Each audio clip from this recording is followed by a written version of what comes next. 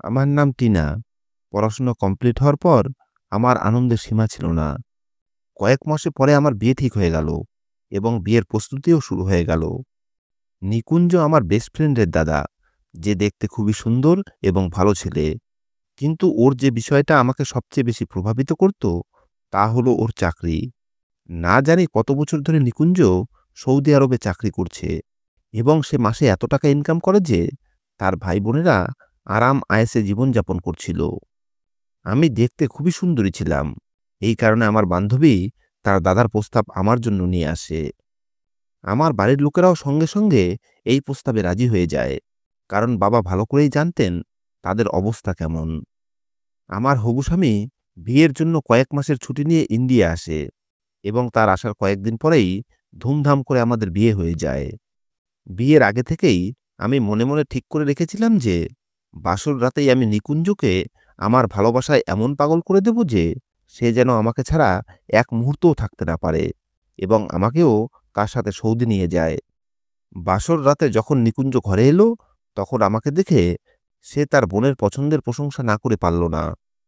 আমিও হেসে তাকে আমার গভীর ভালোবাসার কথা জানালাম এবং তার উপরে আমার অফুরন্ত ভালোবাসা উজাড় করে দিলাম, কেননা আমি যে কোনো মূল্যে সৌদি যেতে চাইতাম। প্রথম থেকেই আমার ইচ্ছে ছিল যে আমার বিয়ে এমন একজনের সাথে হোক যাতে আমি ইন্ডিয়া ছেড়ে অন্য কোনো দেশে যেতে পারি।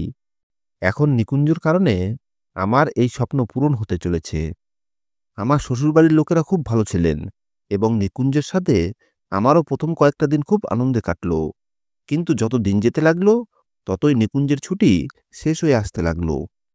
আমি রাতের বেলা তার কানে এই কথা ঢুকিয়ে দিলাম যে আমিও তোমার সাথে সৌদি যাব, কেননা আমি তোমাকে ছাড়া একা থাকতে পারবো না। আমার কথা শুনে নিকুঞ্জ হতবাক হয়ে আমার দিকে তাকিয়ে বলল, টিনা, এটা কোনো অবস্থাতেই সম্ভব না। তাই তুমি তোমার মাথায় এমন কোনো ভাবনা এনো না যা তোমাকে পরে কষ্ট দেবে। নিকুঞ্জের এই কথা শুনে আমি রেগে গেলাম এবং বললাম, আমি যেহেতু তোমাকে বিয়ে করেছি, তাই তোমাকে ছাড়া আমি এখানে একলা থাকবো কেন? আমাকেও তোমার সাথে সৌদি আরবে যেতে হবে। নিকুঞ্জ আমার কথা শুনে বিরক্তি নিয়ে আমার দিকে তাকিয়ে বলল, প্রথম কথা হলো, আমার মা কোনো অবস্থাতেই এই ব্যাপারে রাজি হবেন না যে আমি তোমাকে আমার সাথে সৌদি নিয়ে যাই। আর দ্বিতীয় কথা হলো, সৌদির জীবনযাত্রা এবং সেখানকার নিয়মকানুন এত আলাদা যে তুমি সেখানে সহজে মানিয়ে নিতে পারবে না। এর আগে আমি নিকুঞ্জকে আরো কিছু বলতাম, তার আগেই নিকুঞ্জের মা ঘরে এসে গেলেন। সম্ভবত আমার জোরে কথা বলার আওয়াজ ঘরের বাইরে চলে গিয়েছিল, তাই তিনি দেখতে এসেছিলেন যে ঘরের ভেতরে আসলে হচ্ছেটা কি। ঘরে এসে যখন তিনি জিজ্ঞেস করলেন, কি ব্যাপার, তখন আমি স্পষ্ট করে বললাম যে আমি নিকুঞ্জের সাথে সৌদি আরবে যেতে চাই, কেননা যখন আমার স্বামীই এখানে থাকবে না, তখন আমি এখানে থেকে কি করব? আমার কথা শুনে আমার শাশুড়ির মুখের রং বদলে গেল এবং তিনি রেগে বললেন, টিনা, তুমি বিয়ের আগে থেকেই তো এই কথা জানতে যে নিকুঞ্জ তোমাকে ওর সাথে সৌদি নিয়ে যাবে না। নিকুঞ্জ সেখানে সারাক্ষণ কাজে ব্যস্ত থাকবে, তাই তুমি সেখানে একা সারাদিন কি করবে? আর তাছাড়া অন্য দেশে একজন মেয়ের একা থাকা সহজ না। এছাড়াও সেখানকার পুরুষদের সম্পর্কে অনেক অদ্ভুত অদ্ভুত কথা শোনা যায়। আর তুমি এখানে একা থাকবে কেন? আমরা সবাই তোমার সাথে আছি।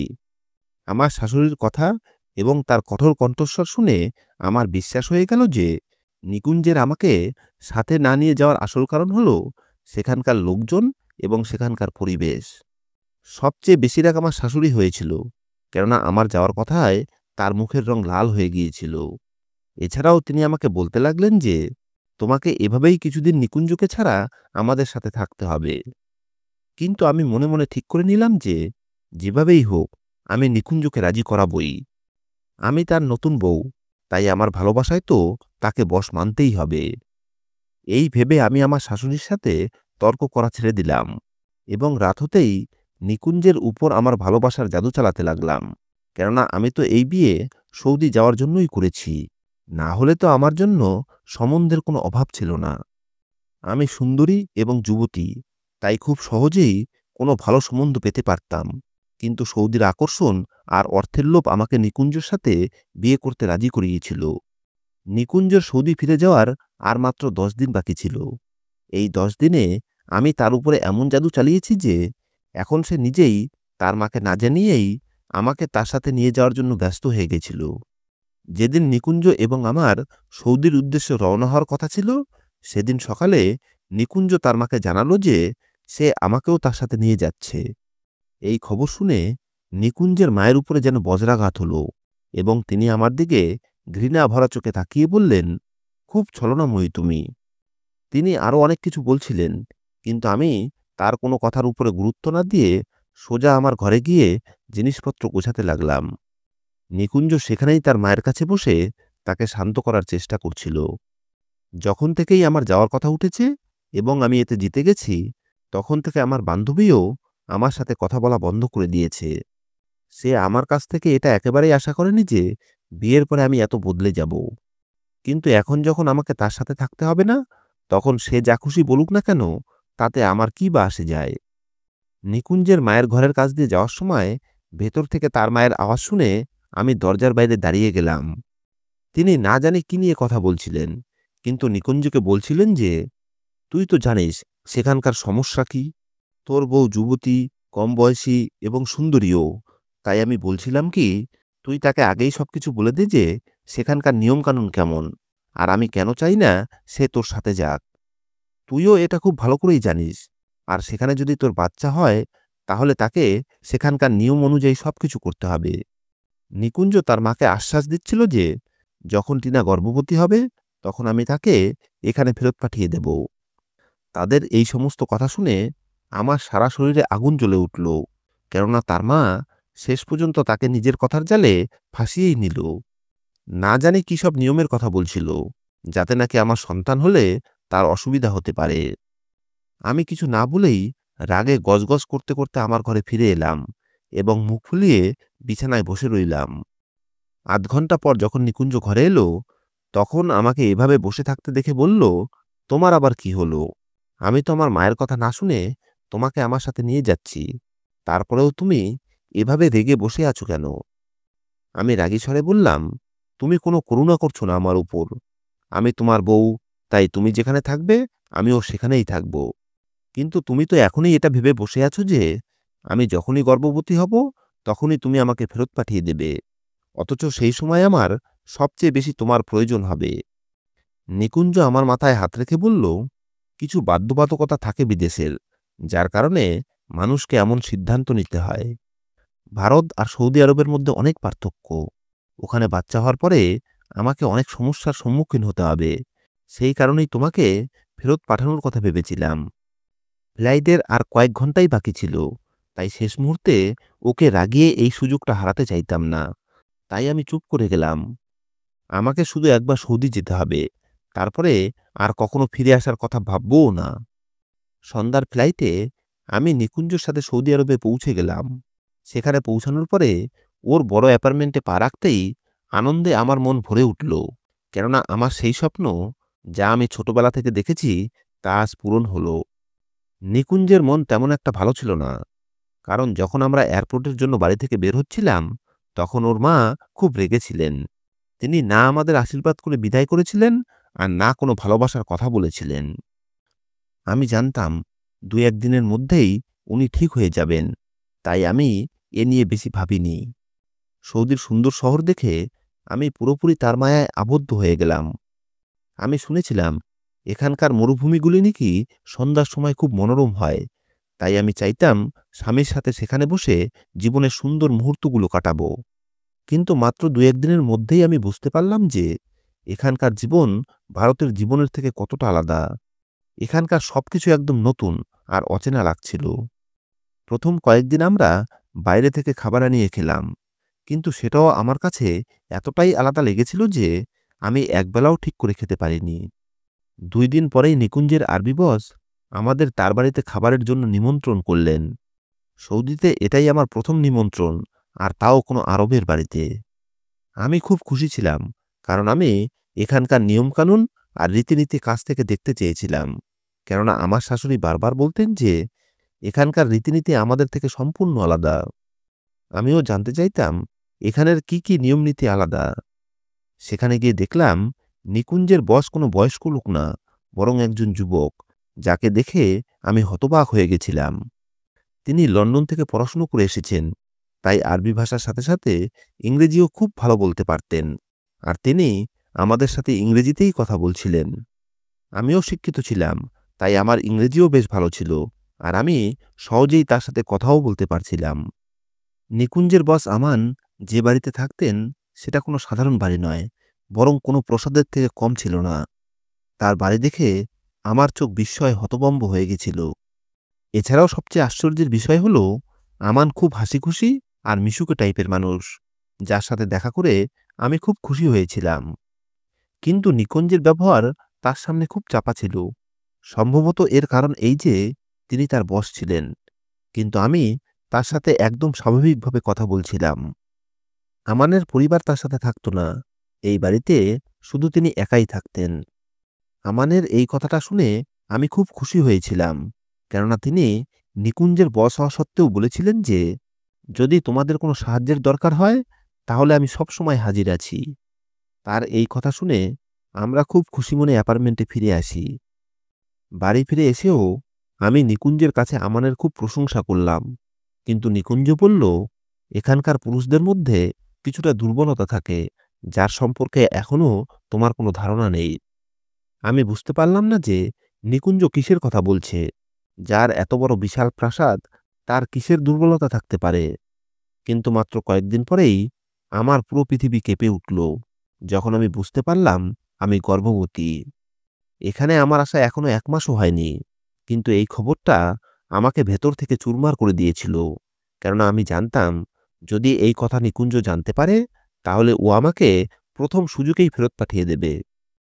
আমার শরীর খারাপ হতে শুরু করেছিল, তাই আমি বুঝতে পারছিলাম যে এই খবরটা আমি বেশি দিন লুকাতে পারবো না। তাই আমি মনে মনে সিদ্ধান্ত নিলাম যে এই বাচ্চাটা আমি নষ্ট করে ফেলব, কেননা এত তাড়াতাড়ি আমার ফিরে যাওয়ার কোনো ইচ্ছাই ছিল না। কিন্তু এখানের আমি কিছুই জানতাম না। না আমার কোনো চেনা পরিচিত লোক ছিল, আর না কোনো বন্ধু-বান্ধব ছিল, যাকে আমি আমার কষ্টের কথা বলতে পারতাম। আমি চুপিসারে আমার স্বামীর মোবাইল থেকে আমানের নাম্বার বের করলাম, কেননা ছেলেটাকে আমার খুব ভালো লেগেছিল, আর আমার বিশ্বাস ছিল যে এই কঠিন সময়ে সে অবশ্যই আমার সঙ্গ দেবে। এছাড়াও যখন থেকে আমি এখানে এসেছি, আমার স্বামীর একদম সময় থাকতো না। এছাড়াও কাজ থেকে ফিরে সে এত ক্লান্ত থাকত যে এখানে কোথাও ঘুরতে যাওয়ার স্বপ্ন স্বপ্নই থেকে গেছে। আমাদের এখানে আসার পরের দিন থেকেই নিকুঞ্জকে কাজে যোগ দিতে হয়, আর আমি সারাদিন ফ্ল্যাটে একা পড়ে থাকতাম।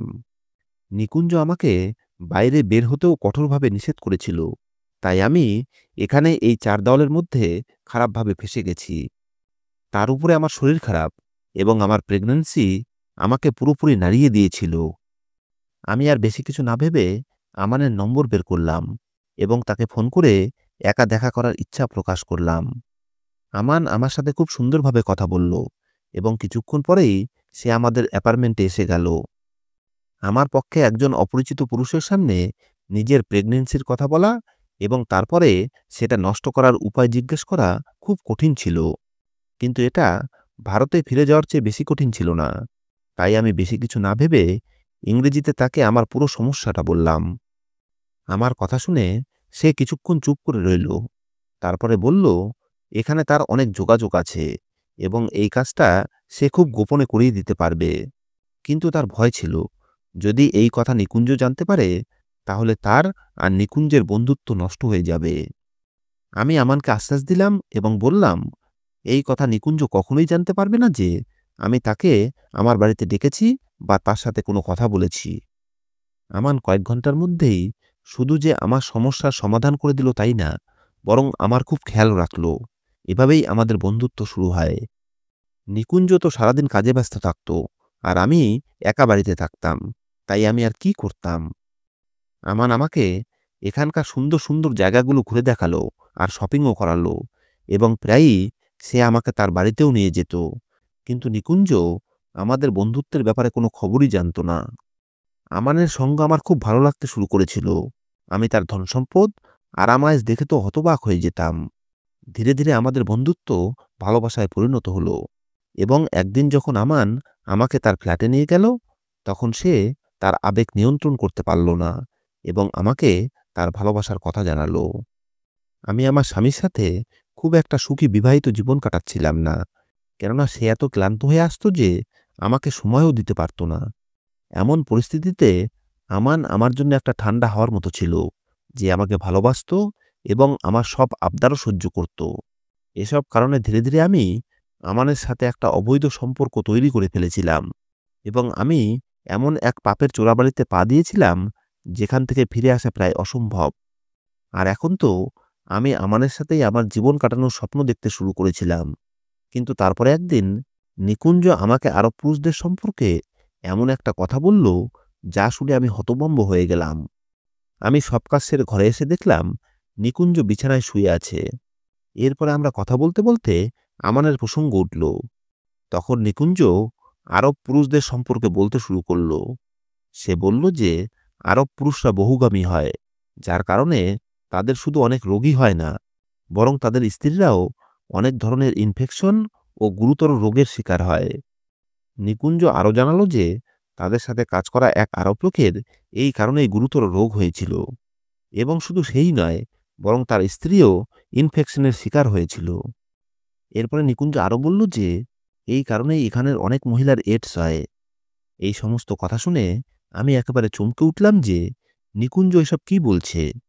আমি তো তার বন্ধু আমানের সাথে সম্পর্কে জড়িয়েছি, তাই এখন তার মুখ থেকে এই কথাগুলো শুনে আমার হুঁশ উড়ে গেল। না জানি নিকুঞ্জের কথা কতটা সত্যি আর কতটা মিথ্যে, কিন্তু তার মিথ্যে বলার তো কোনো বিশেষ কারণও ছিল না। এসব ভেবে আমি খুব ঘাবড়ে গেলাম। আমি এই ব্যাপারটা নিয়ে অনেক বেশি ভাবলাম এবং মনে মনে ঠিক করলাম যে আমানকে এই ব্যাপারে অবশ্যই জিজ্ঞেস করব। কিন্তু এবার আমানের সাথে দেখা হওয়ার আগেই আমার স্বামী জানালো যে তার মায়ের শরীর হঠাৎ খুব খারাপ হয়ে গেছে, তাই সে আমাকে তার মায়ের কাছে ফেরত পাঠাতে চায়। নিকুঞ্জের এই কথা শুনে আমার একটুও বিশ্বাস হলো না, কারণ তার মা আগেই আমার এখানে আসার বিপক্ষে ছিল। এছাড়াও এই 4 মাসে তার হঠাৎ কি এমন হলো যে আমাকে তার জন্য ফেরত যেতে হবে? এখানে থাকার জন্য তো আমি আমার বাচ্চাকেও নষ্ট করে দিয়েছি। তাহলে আমি কিভাবে তার মায়ের ডাকে চলে যেতে পারি? তাই আমি আমার স্বামীকে স্পষ্ট বলে দিলাম যে আমি যাব না, কেননা আমি তোমাকে ছাড়া থাকতে পারবো না। আমার কথা শুনে নিকুঞ্জ আমার সাথে কথা বলাই বন্ধ করে দিল। এরপরে যখন আমানের সাথে আমার দেখা হলো, তখন আমি তাকে বললাম যে আমার স্বামী আমাকে দেশে ফেরত পাঠাতে চায়। আমার কথা শুনে আমান বলতে লাগলো যে যদি তুমি এখানে চিরকাল থাকতে চাও, তাহলে তোমার স্বামীকে ছেড়ে আমার সাথে চলো, আমি তোমাকে আমার কাছে রাখবো। আমানের মুখ থেকে একথা শুনে আমার আনন্দের সীমা রইল না, কেননা আমানের মতো ধনী ব্যক্তি আমার সাথে থাকলে আমার আর কি চাই। আমি সম্পত্তির লোভে এতটাই অন্ধ হয়ে গিয়েছিলাম যে সমস্ত সম্পর্ক আর ঠিক ভুলের মধ্যে পার্থক্য ভুলে গিয়েছিলাম। যখন নিকুঞ্জ আমাকে ফেরত পাঠানোর জন্য চাপ দিতে লাগলো, তখন আমি আমার জিনিসপত্র বাঁধলাম এবং তাকে শুধু এতটুকুই বললাম যে তুমি আমাকে ডিভোর্স দিয়ে দাও, আমার ফিরে যাওয়ার কোনো ইচ্ছা নেই, আমি এখানে আমার জীবন কাটাতে পারবো। আমার কথা শুনে প্রথমে সে কিছুক্ষণ চুপচাপ আমার মুখের দিকে তাকিয়ে রইল। তারপরে ডিভোর্সের কাগজ আনিয়ে তাতে সই করে আমাকে তার জীবন থেকে বের করে দিল। আমার বিশ্বাস হচ্ছিল না যে সে এত সহজে আমাকে ডিভোর্স দিয়ে দেবে। নরমাল অবস্থায় কোনো মেয়ের জন্য ডিভোর্স শব্দটা খুব কঠিন, কিন্তু এই মুহূর্তে আমার তো এটাও পর্যন্ত অনুভব হয়নি যে আমি কি করছি। আমি খুশি মনে আমার স্বামীর কাছ থেকে ডিভোর্স নিয়ে আমানের সঙ্গে থাকতে চলে গেলাম। আমান আমাকে তার প্রাসাদে রানীর মতো করে রাখলো। আমাদের একসাথে থাকা 1 মাস কেটে গেছে, কিন্তু এই সময়ে নিকুঞ্জ একবারের জন্য আমার দিকে ফিরে তাকায়নি। আমার প্রায়ই পেটে তীব্র ব্যথা হতো, আর যখন ব্যথা হতো তখন আমার বারবার নিকুঞ্জের সেই কথা মনে পড়ত যে আরব পুরুষরা বহুগামী হয়। 2 মাস পরে আমান আমাকে এই বলে তার বাড়ি থেকে বের করে দিল যে সে আর আমাকে তার সাথে রাখতে পারবে না, কারণ তার মা বাবা আমাদের ব্যাপারে জেনে গেছে এবং তারা তার উপরে ভীষণ অসন্তুষ্ট। আমানের এই কথা শুনে আমার অন্তরাত্মা পর্যন্ত কেঁপে উঠল, আর আমি ঘাবড়ে গিয়ে তাকে বললাম, তাহলে আমি কোথায় যাব, কার ভরসায় আমার জীবন কাটাবো? আমান খুব নির্দয়ভাবে জবাব দিল যে এটা তোমার সমস্যা, আমার নয়। এখন আর আমার তোমার কোনো প্রয়োজন নেই। আমানের এই কথা শুনে সেই মুহূর্তেই আমি বুঝতে পারলাম যে আমান শুধু আমাকে ব্যবহার করার জন্যই এই পুরো খেলাটা খেলেছে। আমার প্রতি তার কোনো সত্যিকারের ভালোবাসা ছিলই না। যাই হোক, ভাঙা হৃদয়ে কোনো রকমে আমি নিকুঞ্জের কাছে গেলাম। সে আমার মুখের দিকে তাকিয়ে সঙ্গে সঙ্গেই বুঝে গেল যে আমার উপর দিয়ে কি ঝড় বয়ে গেছে। এরপরে হালকা হেসে সে বলল, আমি তোমাকে বোঝানোর অনেক চেষ্টা করেছিলাম, তোমার আত্মমর্যাদার খেয়াল রেখেছিলাম, তাই আমি সরাসরি তোমাকে আমানের সাথে দেখা করতে নিষেধ করিনি। কিন্তু তোমাকে ওর খপ্পর থেকে বাঁচানোর জন্য আরবি পুরুষদের বহুগামিতার কথা বলে তোমার মনে ভয় ঢোকানোর চেষ্টা করেছিলাম, যাতে তুমি আরবি পুরুষদের থেকে দূরে থাকো। কিন্তু তোমার মাথায় এতটুকুও বুদ্ধি নেই যে তুমি আমার কথা বুঝতে পারতে। তুমি একবারও আমাকে এটা জিজ্ঞেস করনি যে আমি এই কথা কেন বলছি আর এর পিছনে কি কারণ আছে। আমি শুধু তোমাকে ভয় দেখাতে চেয়েছিলাম, যাতে তুমি এই সংসার না ছাড়ো। সে এক মুহূর্তের জন্য থামল, তারপরে গভীর শ্বাস নিয়ে বলল, আমার আগেই আন্দাজ হয়ে গেছিল যে তুমি লুকিয়ে লুকিয়ে আমানের সাথে ভুল সম্পর্ক তৈরি করছো। যেভাবে তুমি আমার সাথে সৌদি আসার জন্য জেদ করেছিলে, সেভাবেই আমানের সাথে জীবন কাটানোর জন্য আমাকে ছেড়ে দিয়েছিলে। তাই এখন আর তোমার আমার মধ্যে কোনো সম্পর্ক তৈরি হতে পারে না। নিকুঞ্জের এই সমস্ত কথা শুনে আমি হতবাক হয়ে গেলাম যে সত্যিই তো, সে আমাকে এই পথ থেকে ফেরানোর জন্য বলেছিল যে আরব পুরুষরা বহুগামী হয় এবং এর ক্ষতি তাদের সাথে থাকা মহিলাদেরও হয়। নিকুঞ্জ আসলে ওগুলো শুধু আমাকে ভয় পাওয়ানোর জন্য বলেছিল, এর সাথে সত্যের কোনো সম্পর্ক ছিল না। কিন্তু না তো আমি তার কথার সঠিক মানে বুঝতে পেরেছিলাম, আর না তো ভালো মন্দের পার্থক্য করতে পেরেছিলাম। এই কারণে আমি এখন পুরোপুরি বরবাদ হয়ে গেছি। আমি নিকুঞ্জকে অনেক অনুরোধ করলাম, কিন্তু নিকুঞ্জ আমাকে ওর অ্যাপার্টমেন্ট থেকে বের করে দিল।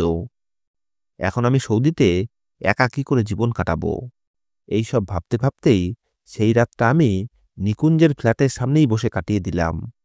নিকুঞ্জ অনেক রাত অবধি জানলা দিয়ে আমাকে দেখেছিল, তারপরে হঠাৎ জানলা বন্ধ করে দিল। আমি বসে বসে কাঁদছিলাম, কিন্তু এখান থেকে কিভাবে ফিরে যাব কিছুই বুঝতে পারছিলাম না। সারা দিন এবং রাত না খেয়েছিলাম। ভোর হলে নিকুঞ্জ আমাকে ঘরের ভেতরে ডাকল।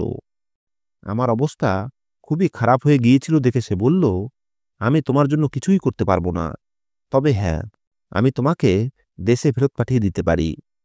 আমি লজ্জিত ছিলাম যে এই মুখ নিয়ে ফিরে যাব কিভাবে। তাই আমি তাকে বললাম, এই পোড়া মুখ নিয়ে আমি সেখানে ফিরে যেতে চাই না। আমার একথা শুনে নিকুঞ্জ আমাকে সেখানে একটা চাকরি খুঁজে দিল। এখন আমি একটা আলাদা ফ্ল্যাটে থাকতে শুরু করেছি। সম্ভবত আমাকে নিচু দেখানোর জন্য সে একজন ভারতীয় মেয়েকে বিয়ে করে এনেছে। আমি আমার বাড়ির লোকেদের ফোন করে সব সত্যি কথা বলেছিলাম, কিন্তু তারা আমার কথা শুনে আমার সাথে কথা বলা বন্ধ করে দিয়েছে। তবে আমি জীবনে একটা বড় শিক্ষা পেয়েছি যে আমি আর কখনোই কোনো আরবির উপরে ভরসা করব না। বন্ধুরা, তোমাদের এই গল্পটা কেমন লাগলো কমেন্ট করে অবশ্যই জানাবে। ধন্যবাদ।